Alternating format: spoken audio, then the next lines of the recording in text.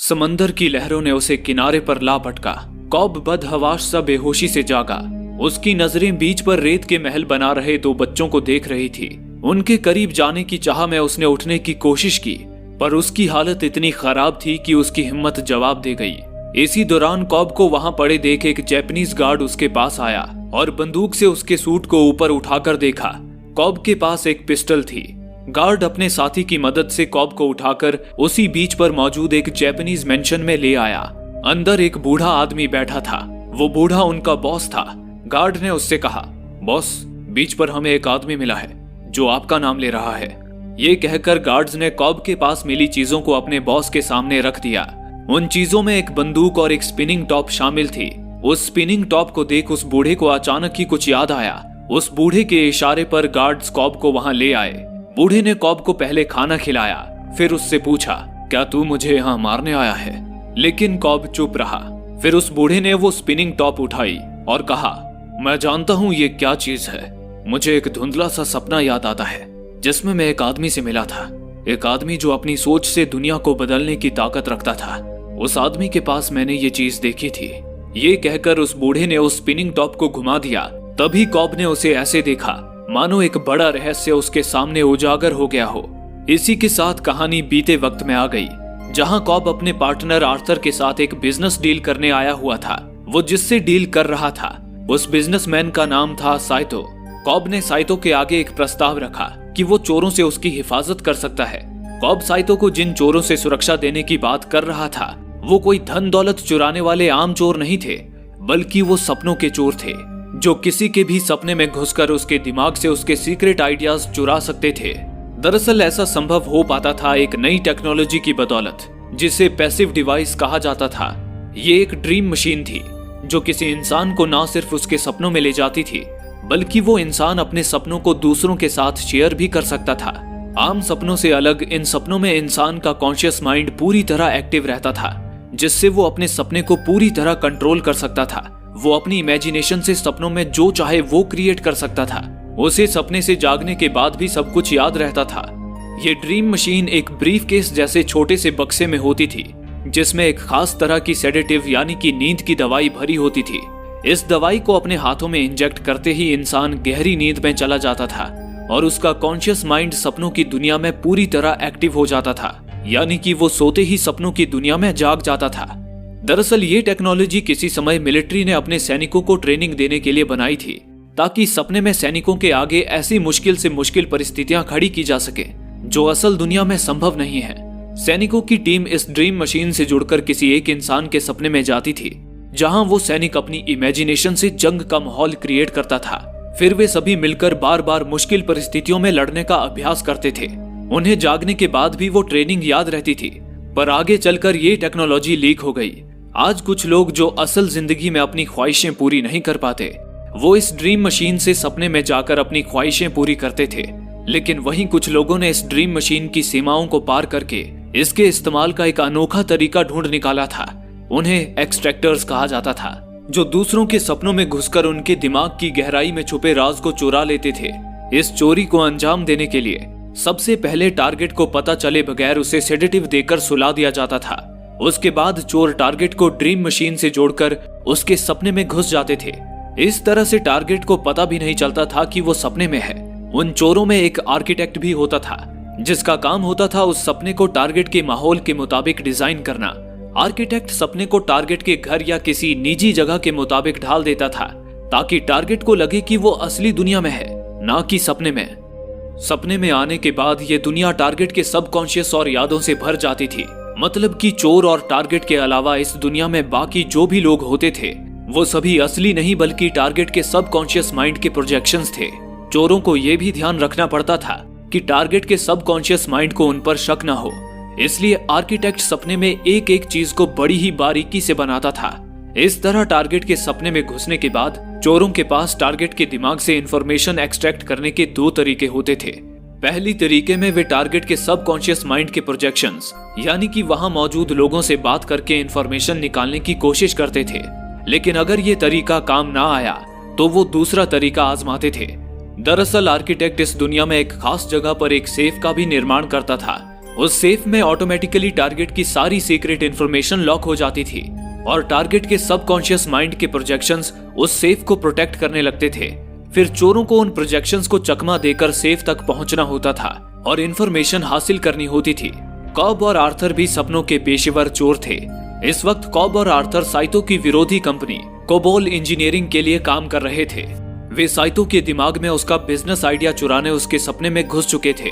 उन्होंने उस सपने को साइतो के होटल के मुताबिक ढाल दिया था और वे साइतो के आगे ऐसे जता रहे थे मानो साइतो असली दुनिया में है और वे उससे बिजनेस डील करने आए हैं।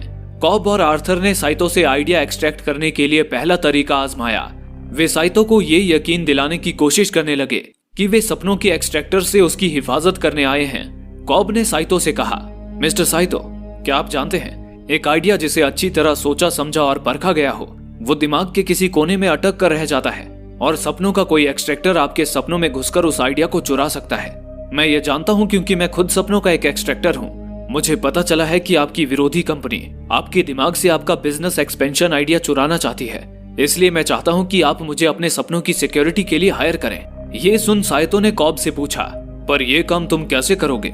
कॉब ने कहा, हम आपके सबकॉन्शियस माइंड को इस तरह ट्रेन करेंगे कि वो खुद ही उन चोरों से आपके आइडिया की हिफाजत करेगा। लेकिन मिस्टर साइतो, आपके आइडिया को चोरी होने से बचाने के लिए आपको मुझे वो आइडिया बताना होगा, तभी मैं उसकी सुरक्षा कर पाऊंगा।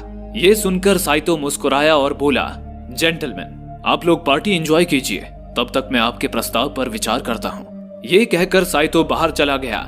साइतो का ये बिहेवियर देख कॉब और आर्थर को लगा जैसे साइतो को पता है कि वो सपने में है। तभी अचानक उस कमरे में उन्हें भूकंप का एक झटका सा महसूस हुआ और इसी के साथ उस सपने के बाहर का नजारा सामने आया, जहां कॉब, आर्थर और साइतो ड्रीम मशीन की मदद से सो रहे थे। वहीं नैश नाम का एक साथी उनकी देखरेख कर रहा था। वे लोग साउथ ईस्ट एशिया के किसी देश में मौजूद थे जहां उनके घर के बाहर दंगे फसाद हो रहे थे। बम के धमाकों से उनका घर हिलने लगा था, इसलिए सपने में भी ये झटके भूकंप की तरह महसूस हो रहे थे। इसी दौरान उधर सपनों की दुनिया में कॉब को एक औरत नजर आई। वो औरत कोई और नहीं बल्कि कॉब की पत्नी मैल थी, जिससे कॉब का एक बुरा अतीत जुड़ा हुआ था। मैल को वहां देख कॉब और आर्थर चिंतित हो उठे। कॉब ने आर्थर से कहा, तुम वापस अंदर जाओ, इसे मैं हैंडल करता हूँ। कॉब मैल के पास आया और पूछा, तुम यहाँ क्या कर रही हो? इस पर मैल ने कहा, मैं तो यहाँ तुम्हारी मदद करने आई हूँ, क्या तुम्हें मेरी याद नहीं आती? इस पर कॉब ने कहा, देखो मैं तुम्हें मिस करता हूँ, पर अब मैं तुम पर बिल्कुल भी भरोसा नहीं कर सकता। इस पर मैल ने कहा, मुझे एक बार आजमा कर तो देखो।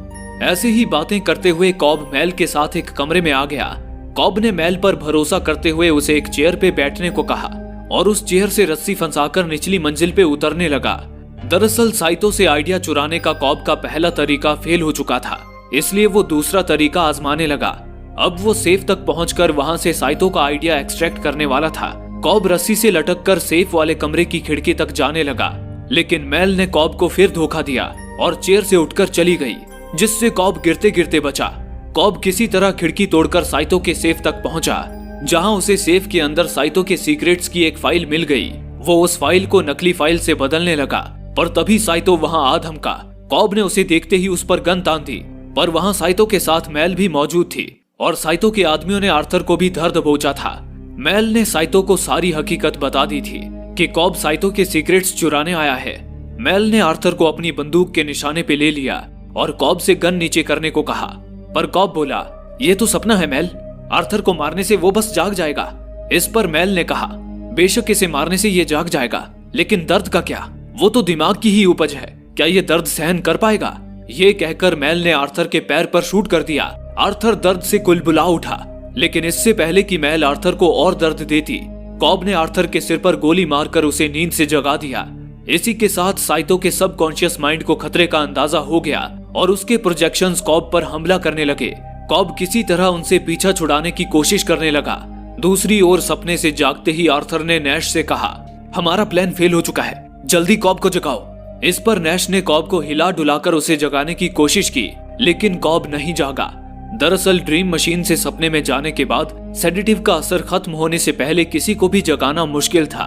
वो तभी जाग सकते थे जब सपने में उनकी मौत हो जाए या फिर उन्हें किक दी जाए।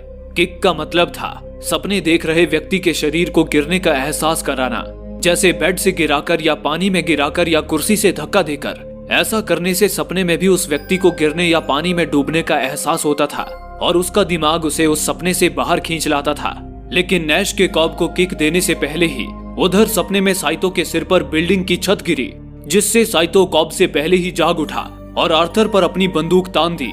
इस दौरान उधर सपने में कॉब ने साइतो के प्रोजेक्शन से पीछा छुड़ाकर उसकी सीक्रेट फाइल खोली, लेकिन कॉब ये देखकर भौचक्का रह गया कि साइतो ने अपने सारे सीक्रेट्स को ब्लैक मार्कर से ढक रखा था। यानी कि साइतो को मालूम था कि कॉब उसके सीक्रेट्स चुराने आया है, इसलिए उसने अपने सीक्रेट्स को छुपा दिया था। इसी के साथ उधर नैश ने कॉब को जगाने के लिए उसे पानी से भरे टब में गिराकर उसे किक दी, जिससे सपनों की दुनिया में भी पानी भर गया और कॉब सपने से बाहर निकल आया। पर तब तक साइतो ने नैश पर भी हमला करके उसे पकड़ लिया था। लेकिन तभी कॉब ने पीछे से साइतो को धर दबोचा और एक बार फिर उसे कंट्रोल में ले लिया। कॉब ने साइतो से पूछा, अगर तुम जानते थे कि हम तुम्हारा सीक्रेट चुराना चाहते हैं, फिर तुमने हमें सेफ तक पहुंचने ही क्यों दिया? इस पर साइतो ने मुस्कुराकर कहा, मैं तो तुम्हारा ऑडिशन ले रहा था। कॉब ने पूछा, ऑडिशन? मगर किस लिए? साइतो बोला, अब उससे क्या फर्क पड़ता है, क्योंकि तुम तो फेल हो चुके हो। तभी उसी पल एक चौंकाने वाला नजारा सामने आया। कॉब, आर्थर, नैश और साइतो तो ड्रीम मशीन की मदद से अब भी एक ट्रेन में सो रहे थे और वहां एक टीनेज लड़का उनकी देखरेख कर रहा था। यानी कि अभी अभी कॉब और आर्थर साइतो के जिस सपने से लौटे थे वो सपने का दूसरा लेवल था और अभी वे लोग जिस सपने में हैं वो पहला लेवल है। दरअसल ड्रीम मशीन की मदद से सपने के अंदर भी एक और सपने में जाना मुमकिन था। इसे मल्टी लेयर्ड ड्रीम कहा जाता था। ड्रीमर्स केवल एक या दो नहीं बल्कि सपने के कितने भी लेवल अंदर तक जा सकते थे। लेकिन सपनों की गहराई में उतरने से ड्रीमर का कॉन्शियस माइंड हकीकत को भूलने लगता था और उसे सपनों की वो दुनिया ही हकीकत लगने लगती थी। यहाँ तक कि जगाने के बाद भी वो फर्क नहीं कर पाता था कि ये हकीकत है या सपना। इसलिए सपनों की दुनिया में जाना जोखिम भरा काम था, पर कॉब ने इस जोखिम भरे काम को ही अपना हथियार बना लिया था। वो साइतो को सपने की गहराई में ले गया था ताकि साइतो का कॉन्शियस माइंड सपने और रियलिटी में फर्क भूल जाए और उसे वो दुनिया ही रियल लगे। और सपने के इस पहले लेवल में भी वे लोग जिस घर में मौजूद थे वो भी साइतो का ही एक पुराना घर था। इसलिए साइतो को पता नहीं था कि वो अब भी सपने में है। इसी दौरान उधर असली दुनिया में सेडेटिव का असर खत्म होने वाला था। ये देख उनकी देखरेख कर रहे लड़के ने नैश के कानों में म्यूजिक बजाकर उसे इसका संकेत दिया। वो गाना सपनों की दुनिया में भी गूंजने लगा। उस संकेत को पाकर कॉब ने साइतो पर सख्ती दिखाते हुए उसे जमीन पर पटक दिया और कहा, तुम समझ नहीं रहे हो साइतो, जिस कंपनी ने हमें यह काम दिया है उन्हें यह बात बर्दाश्त नहीं होगी कि हम फेल हो गए। वो हमें खत्म कर देंगे। इसलिए हमें अपना बिजनेस एक्सपेंशन आइडिया बता दो, वरना अपनी जान से हाथ धो बैठोगे। लेकिन तभी नीचे बिछे कारपेट को छूकर साइतो को कुछ एहसास हुआ। उसने मुस्कुराते हुए कहा, दाग धब्बों में लिपटा मेरा ये कारपेट कुछ खास जगहों से घिस चुका था और वही इसकी पहचान थी। पर मेरा कारपेट तो ऊन का बना था, लेकिन इस वक्त मैं जिस कारपेट पर लेटा हूँ वो तो पॉलिएस्टर का बना है। यानी कि मैं अपने घर में नहीं हूँ बल्कि मैं अब भी सपने में हूँ। ये सुन कॉब ने नैश को घूर कर देखा, क्योंकि नैश ही इस सपने का आर्किटेक्ट था। यानी कि सपनों की दुनिया को नैश ने ही डिजाइन किया था। पर नैश की इस छोटी सी चूक ने कॉब के सारे प्लान का सत्यानाश कर दिया। इसी के साथ आर्थर वहां से गायब हो गया, क्योंकि आर्थर के सेडेटिव का असर पहले खत्म हो चुका था। इसलिए वो असली दुनिया में जाग गया था। तभी साइतो ने कॉब से कहा, मानना पड़ेगा कॉब, सपने के अंदर एक और सपना। मैं तुम्हारी इस टेक्निक से काफी इंप्रेस हूँ, पर इस वक्त ये मेरा सपना है और अब मैं तुम्हारे साथ जो चाहे कर सकता हूँ। तभी पीछे से नैश बोला, मिस्टर साइतो, ये आपका नहीं मेरा सपना है। इतने में ही बाहर से दंगई अंदर घुस आए और उन्होंने नैश और कॉब को मार दिया, जिससे वे दोनों भी सपने से बाहर निकल आए। अब उन सभी की जान पर बन आई थी, क्योंकि कोबोल कंपनी अब उन्हें जिंदा नहीं छोड़ने वाली थी। कॉब ने सभी से कहा, अब से हम सबका रास्ता अलग है, भागो और अपनी जान बचाओ। ये कहकर कॉब ने उस टीनेज लड़के की ओर पैसों का एक बंडल फेंका और साइतो के जागने से पहले वे सभी 9-2-11 हो गए। इसी के साथ साइतो भी नींद से जाग उठा। पहले तो उसने हैरानी से इधर उधर देखा, लेकिन फिर कॉब और उसकी टीम को चकमा देने की खुशी उसके चेहरे पर छलक उठी। दूसरी ओर कॉब एक होटल के कमरे में बंदूक लिए बैठा था। उसके हाथ में कहानी की शुरुआत में दिखाई गई वही स्पिनिंग टॉप थी, जिसे उसने टेबल पर घुमाया और उसके रुकने का इंतजार करने लगा। दरअसल कॉब मल्टी लेयर ड्रीम से जागा था, इसलिए वो कंफ्यूज था कि ये हकीकत है या वो अब भी सपने में है। ये फर्क पता लगाने के लिए कॉब उस स्पिनिंग टॉप का इस्तेमाल करता था, जिसे वो टोटेम कहता था। उस स्पिनिंग टॉप को घुमाने पर अगर वो रुक जाए तो इसका मतलब होता था कि कॉब सपने से बाहर आ चुका है, पर अगर वो लगातार घूमता रहे तो इसका मतलब होता था कि कॉब अब भी सपने में है। कॉब की टीम के हर सदस्य के पास उनका अपना एक टोटम था। ये टोटम डाइस या चेस पीस जैसी कोई भी चीज हो सकती थी, जिसकी खासियत केवल उसके मालिक को ही पता होती थी। उस वक्त अगर वो स्पिनिंग टॉप घूमती रहती तो कॉब सपने से बाहर आने के लिए खुद को गोली मार लेता, लेकिन वो स्पिनिंग टॉप रुक गई और कॉब ने राहत की सांस भरी। इसी दौरान कॉब को उसके बच्चों का कॉल आया। अपने बच्चों से बात करके कॉब के चेहरे पर रौनक आ गई, क्योंकि कॉब सालों से अपने बच्चों से नहीं मिला था। इसकी वजह थी बीते वक्त में कॉब और उसकी पत्नी मेल के साथ हुई एक घटना, जिसने कॉब को अपराधी बना दिया था और कॉब को देश छोड़कर भागना पड़ा था। इसलिए वो अपने बच्चों से भी मिलने नहीं जा सकता था। उसके बच्चे लॉस एंजलिस में अपनी दादी के घर पर रहते थे। कॉब ने अपने बच्चों को झूठा दिलासा दिया कि वो जल्द ही घर लौटेगा और फोन कट कर दिया। इतने में ही आर्थर वहां आ पहुंचा। आर्थर को अकेले देख कॉब ने पूछा, नैश कहाँ है? इस पर आर्थर बोला, मुझे नहीं पता, क्या हमें उसका इंतजार करना चाहिए? पर कॉब ने कहा, हमारे पास वक्त नहीं है। कोबोल कंपनी के लोग किसी भी वक्त हमें मारने यहाँ पहुंचते होंगे। इसके बाद कॉब और आर्थर फौरन टेरेस पर आ गए, जहां उन्होंने भागने के लिए एक हेलीकॉप्टर बुलवा रखा था। पर तभी वहां मौजूद एक आदमी ने जब हेलीकॉप्टर का दरवाजा खोला तो अंदर देख वे भौचक्के रह गए। उस हेलीकॉप्टर में तो साइतो मौजूद था और उसने नैश को पकड़ रखा था। साइतो ने नैश की ओर इशारा करते हुए कॉब से कहा, तुम्हारा ये आदमी तो गद्दार निकला। इसने सोचा कि ये मेरे पास आकर अपनी जान का सौदा कर लेगा। मुझे यकीन है तुम इस गद्दार को सजा जरूर देना चाहोगे। ये सुन साइतो के आदमी ने कॉब की ओर गन बढ़ा दी, लेकिन कॉब ने कहा, ये मेरे काम करने का तरीका नहीं है। तब साइतो के इशारे पर उसके आदमी नैश को पकड़कर वहां से ले गए। फिर साइतो कॉब और आर्थर को अपने साथ ले जाने लगा। कॉब ने साइतो से पूछा, तुम नैश के साथ क्या करने वाले हो? इस पर साइतो ने कहा, मैं कुछ नहीं करने वाला, जो करना है वो कोबोल कंपनी करेगी। फिर कॉब ने पूछा, तुम हमसे क्या चाहते हो? साइतो बोला, अब तक तुम दिमाग से आइडियाज चुराते आए थे, लेकिन अब तुम्हें किसी के दिमाग में एक आइडिया डालना है। ये सुनते ही आर्थर ने कहा, टारगेट के दिमाग में आइडिया डालना, वो भी टारगेट को पता चले बगैर? ये तो नामुमकिन है। पर साइतो ने कहा, क्यों नामुमकिन है? अगर तुम लोग किसी के दिमाग से आइडिया चुरा सकते हो तो उसके दिमाग में आइडिया डाल भी तो सकते हो। पर आर्थर ने कहा, नहीं कर सकते। मैं तुम्हें समझाता हूँ क्यों। अगर मैं तुमसे कहता हूँ कि हाथी के बारे में मत सोचो, अब तुम क्या सोच रहे हो? साइतो ने कहा, हाथी। आर्थर बोला, बिल्कुल, लेकिन तुम्हें पता है कि हाथी के बारे में सोचने के लिए मैंने तुमसे कहा था, ये तुम्हारा आइडिया नहीं था। उसी तरह टारगेट के दिमाग को हमेशा पता होता है कि कोई आइडिया उसके माइंड में कैसे आया, और टारगेट उसी आइडिया पर अमल करता है जिसे उसने अपने मन में अच्छी तरह सोचा समझा हो। इसलिए ये काम नामुमकिन है। पर तभी कॉब बोल पड़ा, ऐसा मुमकिन हो सकता है। ये सुन साइतो ने कहा, तो क्या तुम ये कर सकते हो? इस पर कॉब ने कहा, हाँ, पर तभी जब आपके पास मेरे लिए कोई अच्छा ऑफर हो, वरना आप मुझे मेरी मंजिल पर छोड़ दीजिए, क्योंकि कोबोल से कैसे बचना है वो तो मुझे भी अच्छी तरह पता है। इस पर साइतो ने थोड़ा सोच विचार कर कहा, इस काम की कीमत तो तुम्हें मिलेगी ही, और अगर तुम सफल हुए तो तुम अपने बच्चों के पास वापस अमेरिका भी जा सकते हो। बस इतना सुनते ही कॉब ने कहा, टारगेट कौन है और उसके दिमाग में कौन सा आइडिया डालना है? इस पर साइतो ने कहा, मेरे सबसे बड़े बिजनेस कॉम्पिटिटर का नाम है मॉरिस फिशर, जो अब बूढ़ा हो चुका है और मौत के करीब है। उसके मरने के बाद उसकी कंपनी का सारा कंट्रोल उसके इकलौते बेटे रॉबर्ट के हाथों में आने वाला है, लेकिन मैं चाहता हूं कि उसका बेटा रॉबर्ट अपने पिता की कंपनी का बंटवारा कर दे। इस पर कॉब राजी हो गया। इसी के साथ साइतो ने कॉब को एयरपोर्ट पर ड्रॉप कर दिया और कहा, अब जाओ और अपनी टीम बनाओ, लेकिन इस बार भरोसेमंद लोगों को ही चुनना। इसके बाद कॉब और आर्थर एक प्राइवेट प्लेन से पेरिस की ओर रवाना हो गए। इसी दौरान आर्थर ने कॉब से कहा, देखो मैं जानता हूं कि तुम्हें किसी भी हाल में अपने बच्चों के पास जाना है, पर यह काम नामुमकिन है। आखिर तुम किसी के दिमाग में इतनी बड़ी सोच कैसे डाल सकते हो? इस पर कॉब ने कहा, देखो आइडिया एक बीज की तरह होता है, जिसे अगर मन की गहराई में बो दिया जाए तो वो धीरे धीरे दिमाग में घर कर जाता है। बस इसके लिए हमें टारगेट के सपनों की काफी गहराई में जाना होगा। मैं ये जानता हूँ क्योंकि मैं पहले भी किसी के दिमाग में आइडिया डाल चुका हूँ। ये सुनकर आर्थर ने चौंक कर कहा, आखिर कौन है वो जिसके दिमाग में तुमने आइडिया डाला? पर कॉब ने उसका नाम नहीं बताया। इसी के साथ वे लोग पेरिस पहुंच गए। पेरिस में कॉब एक यूनिवर्सिटी में आया था, जहां वो अपने फादर इन लॉ से मिला, जो वहां के प्रोफेसर थे। कॉब वहां आया था क्योंकि उसे अपनी टीम के लिए एक नए आर्किटेक्ट की जरूरत थी। हालांकि कॉब के फादर इन लॉ को यह पसंद नहीं था कि कॉब अपनी काबिलियत का इस्तेमाल किसी गैर कानूनी काम के लिए कर रहा है। पर जब कॉब ने उन्हें बताया कि इस एक काम के बाद उस पर लगे सारे चार्जेस हट जाएंगे और वो अपने बच्चों के पास जा पाएगा, तो उसके फादर इन लॉ राजी हो गए। उन्होंने कॉब को अपनी सबसे काबिल स्टूडेंट अरियाडनी से मिलाया। उन्होंने अरियाडनी से कहा कि कॉब उसे एक जॉब ऑफर करना चाहता है।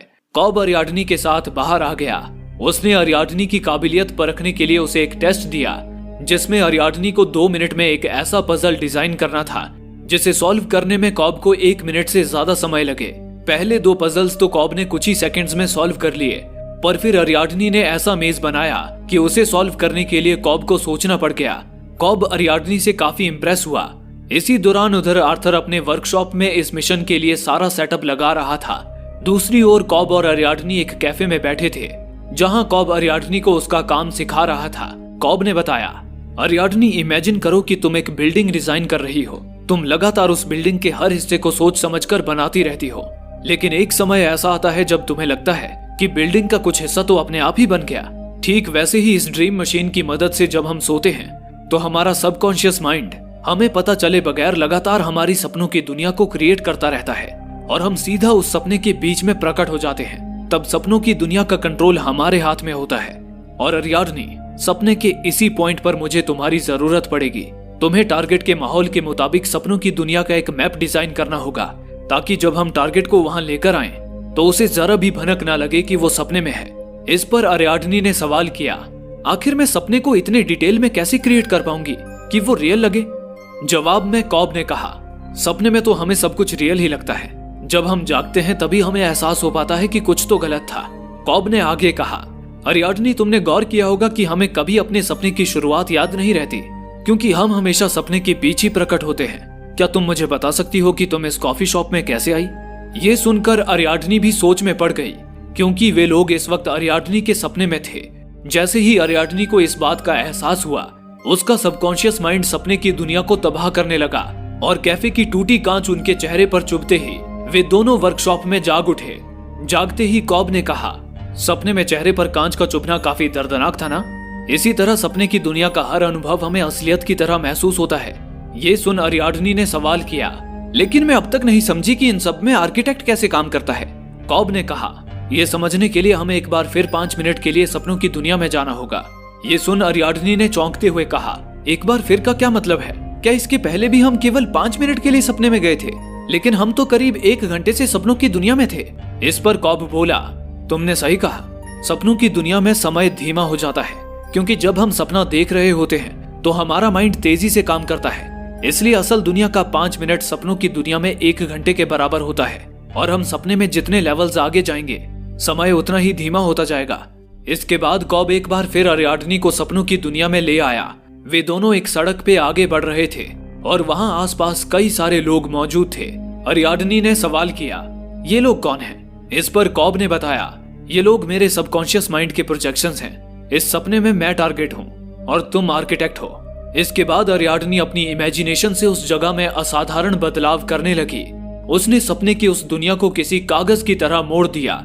सपनों की दुनिया में बदलाव होते ही वहां मौजूद लोग अरियाडनी को घूरने लगे।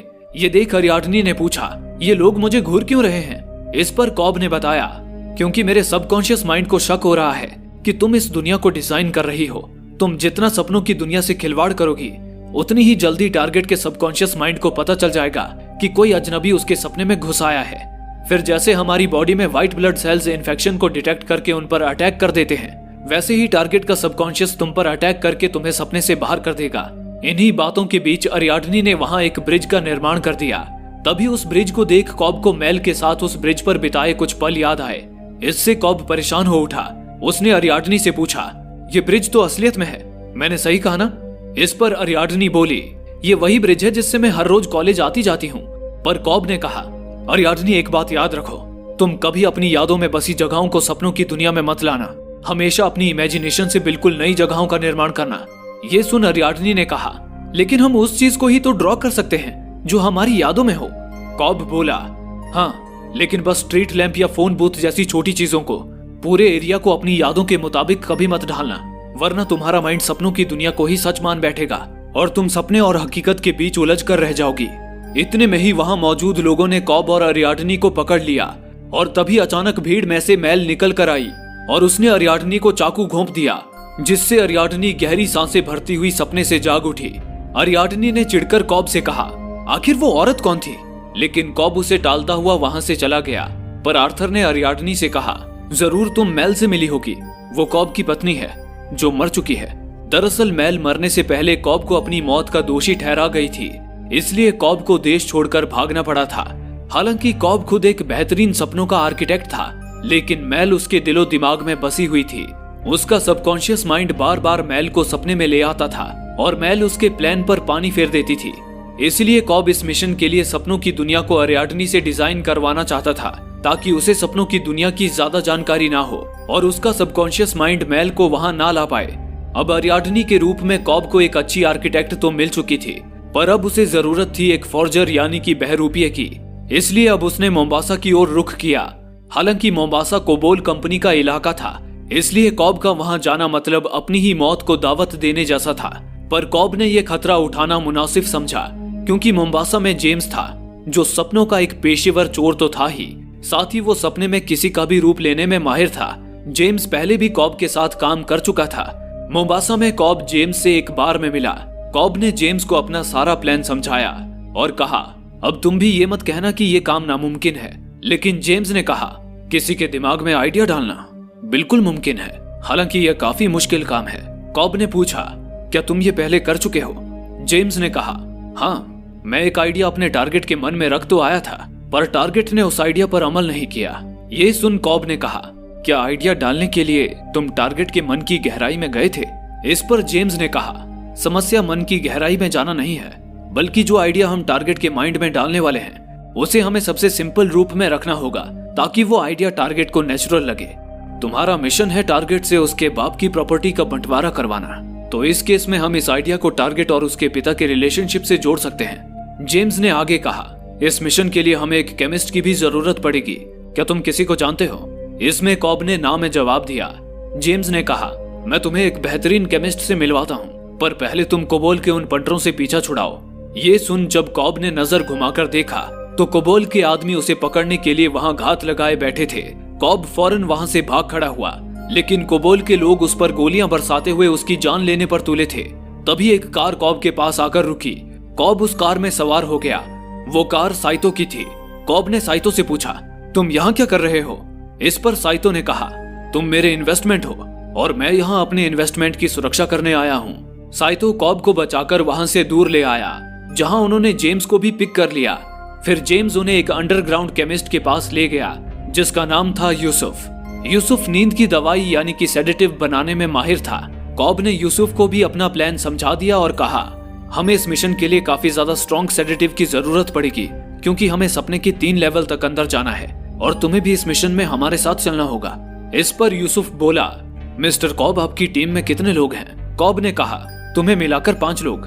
पर तभी साइतो बोल पड़ा, 5 नहीं 6 लोग। मैं भी इस मिशन में तुम्हारे साथ रहूंगा, ताकि मैं ये सुनिश्चित कर पाऊं कि तुमने मेरा काम पूरा किया या नहीं। ये सुनकर यूसुफ ने एक केमिकल की शीशी निकाली, जिसमें एक स्ट्रॉन्ग सेडेटिव भरा हुआ था। यूसुफ ने सपने दिखाने वाली सेडेटिव को मॉडिफाई करके उसे और ज्यादा स्ट्रॉन्ग सेडेटिव में बदल दिया था। उसका असर दिखाने के लिए यूसुफ उन्हें अपने एक खुफिया तहखाने में ले गया, जहां करीब दर्जन भर लोग एक ड्रीम मशीन से जुड़कर एक साथ सपने देख रहे थे। उन सबने यूसुफ की वही स्ट्रॉन्ग सेडेटिव ले रखी थी। यूसुफ के साथी ने सपने देख रहे एक आदमी को थप्पड़ मारकर दिखाया कि ये सेडेटिव इतना स्टेबल है कि सपने देखने वाले को थप्पड़ मारने पर भी वो जागता नहीं है। उन लोगों को देख साइतो ने पूछा, आखिर कौन है ये लोग? इस पर यूसुफ ने बताया, ये जिंदगी से हारे हुए आम लोग हैं जो हर रोज यहाँ सपने देखने आते हैं। असल दुनिया में ये लोग अपनी जो ख्वाहिशें पूरी नहीं कर पाते वो सपनों की दुनिया में करते हैं, इसलिए सपनों की दुनिया ही इनके लिए हकीकत बन चुकी है। वैसे तो ये लोग हर रोज केवल 4 घंटों के लिए सोते हैं, लेकिन मेरी इस सेडेटिव के साथ सपने में वो समय 40 घंटों के बराबर होता है। इस तरह यूसुफ के साथ कॉब की टीम पूरी हो गई। अब बारी थी टारगेट की इंफॉर्मेशन निकालने की। इस पर साइतो ने उन्हें बताया कि उसके बिजनेस कॉम्पिटिटर का नाम है मॉरिस फिशर, जो बिस्तर पर पड़ा आखिरी सांसें गिन रहा है। उसके मरने के बाद उसकी जायदाद उसके बेटे रॉबर्ट फिशर को मिलने वाली है और रॉबर्ट ही उनका टारगेट है। दरअसल मॉरिस फिशर की कंपनी जल्द ही एनर्जी सप्लाई करने वाली दुनिया की नंबर 1 कंपनी बनने वाली थी। हालांकि इस वक्त केवल साइतो की कंपनी ही उसका मुकाबला कर सकती थी, पर जल्द ही वो साइतो की कंपनी को भी पीछे छोड़ने वाले थे। इसलिए साइतो चाहता था कि उस कंपनी का बंटवारा हो जाए, ताकि उसकी कंपनी नंबर 1 बन सके। इसी दौरान जेम्स ने रॉबर्ट और मॉरिस के साथ एक और आदमी की फोटो देखी और साइतो से पूछा, ये आदमी कौन है? साइतो ने बताया, इस आदमी का नाम पीटर ब्राउनिंग है। ये मॉरिस फिशर का राइट हैंड और हमारे टारगेट यानी कि रॉबर्ट फिशर का गॉडफादर है। ये जानकारी लेने के बाद कॉब और उसकी टीम अपने टारगेट की सारी जानकारी जुटाने में लग गई। उन्हें पता चला कि ब्राउनिंग मॉरिस के मरने के बाद कंपनी में पावर हासिल करने की षड्यंत्र रच रहा था। साथ ही ये भी कि रॉबर्ट का अपने पिता के साथ रिश्ता कुछ ठीक नहीं रहा था। मॉरिस हमेशा रॉबर्ट को नालायक समझता था। इन सारी बातों को ध्यान में रखते हुए कॉब और उसकी टीम ने प्लान किया कि वे रॉबर्ट के मन में जो सोच डालेंगे वो ऐसा होगा, मैं अपने पिता के नक्शे कदम पर नहीं चलूंगा, बल्कि मैं उनकी कंपनी को खत्म करके अपनी खुद की पहचान बनाऊंगा। कॉब ने ये आइडिया इसलिए चुना था क्योंकि इस आइडिया के साथ रॉबर्ट का पॉजिटिव इमोशन जुड़ा था और पॉजिटिव इमोशन के साथ जन्मी सोच ही हमें उस सोच पर अमल करने के लिए मोटिवेट करती है। ये आइडिया रॉबर्ट के दिमाग में डालने के लिए जेम्स ने फैसला किया कि वो सपने के पहले लेवल में ब्राउनिंग का रूप लेगा। सपने में किसी का रूप लेने के लिए जेम्स को उसकी तरह एक्टिंग करनी पड़ती थी, इसलिए जेम्स ने ब्राउनिंग के चाल चलन और तौर तरीकों को अच्छी तरह सीख लिया था। इस तरह प्लान की कई दिनों तक प्रैक्टिस करने के बाद कॉब और उसकी टीम इस मिशन को अंजाम देने के लिए तैयार थे। कॉब ने अपनी टीम से कहा, हमने सारी तैयारियां तो कर ली है, लेकिन अब भी एक अहम चीज रह गई है। हमें इस मिशन को अंजाम देने के लिए रॉबर्ट के साथ 10 घंटे का वक्त चाहिए। ये सुन साइतो बोला, सिडनी से लॉस एंजलिस की हवाई यात्रा दुनिया की सबसे लंबी हवाई यात्रा में से एक है और रॉबर्ट हर 2 हफ्ते में एक बार ये जर्नी करता है। रॉबर्ट को सपने में ले जाने के लिए ये परफेक्ट है। ये सुन आर्थर ने कहा, फिर तो हमें उस प्लेन में फर्स्ट क्लास कैबिन की सारी टिकट्स खरीदनी होंगी ताकि हमारे काम के बीच कोई ना आ सके, और साथ ही एक अटेंडेंट की भी मदद की जरूरत पड़ेगी। इस पर साइतो ने कहा, उसकी फिक्र मत करो क्योंकि मैंने तो पूरे प्लेन को ही खरीद लिया है। अब कॉब और उसकी टीम इस मिशन के लिए पूरी तरह तैयार थी। फिर उसी रात साइतो और आर्थर ने कॉब को बताया कि उनके मिशन को अंजाम देने का वक्त आ गया है, क्योंकि आज सिडनी में मॉरिस फिशर की मौत हो गई है और रॉबर्ट अपने पिता के फ्यूनरल के लिए उनकी बॉडी को लॉस एंजलिस ले जाने वाला है। इसी के साथ वे सभी एयरपोर्ट पर जा पहुंचे, लेकिन प्लेन में सवार होने से पहले कॉब ने साइतो से कहा, मिस्टर साइतो, ये फ्लाइट हमें 10 घंटे में लॉस एंजलिस पहुंचा देगी, पर वादे के मुताबिक अगर आपने मेरा केस रफा दफा नहीं किया तो मैं एयरपोर्ट पर लैंड होते ही पकड़ा जाऊंगा और हमेशा के लिए जेल में सड़ूंगा। इस पर साइतो ने कहा, तुम बस अपना काम पूरा करो। लॉस एंजलिस पहुंचते ही मुझे बस एक फोन कॉल करना होगा और तुम्हारे ऊपर लगे सारे इल्जाम मिट जाएंगे। इस वादे के साथ कॉब और उसकी टीम प्लेन में सवार हो गई। वे सभी अपने टारगेट यानी कि रॉबर्ट के आसपास की ही सीटों पर बैठे थे। इसी दौरान एक अटेंडेंट जो कॉब के लिए ही काम कर रही थी, उसने रॉबर्ट को एक ड्रिंक लाकर दी। उस ड्रिंक में कॉब ने सेडेटिव मिला दिया था। उसे पीते ही रॉबर्ट गहरी नींद के आगोश में चला गया। इसी के साथ वे सभी ड्रीम मशीन से जुड़कर रॉबर्ट के साथ सपनों की दुनिया में आ गए। ये पहला सपना यूसुफ का था। प्लान के मुताबिक सपने के इस पहले लेवल में उन्हें रॉबर्ट को किडनैप करना था। इस काम के लिए आर्थर और साइतो ने एक टैक्सी को हाईजैक किया और वो टैक्सी लेकर आगे एक स्क्वायर पे पहुंचे। वहां टैक्सी का वेट कर रहा रॉबर्ट उनकी टैक्सी में आकर बैठ गया।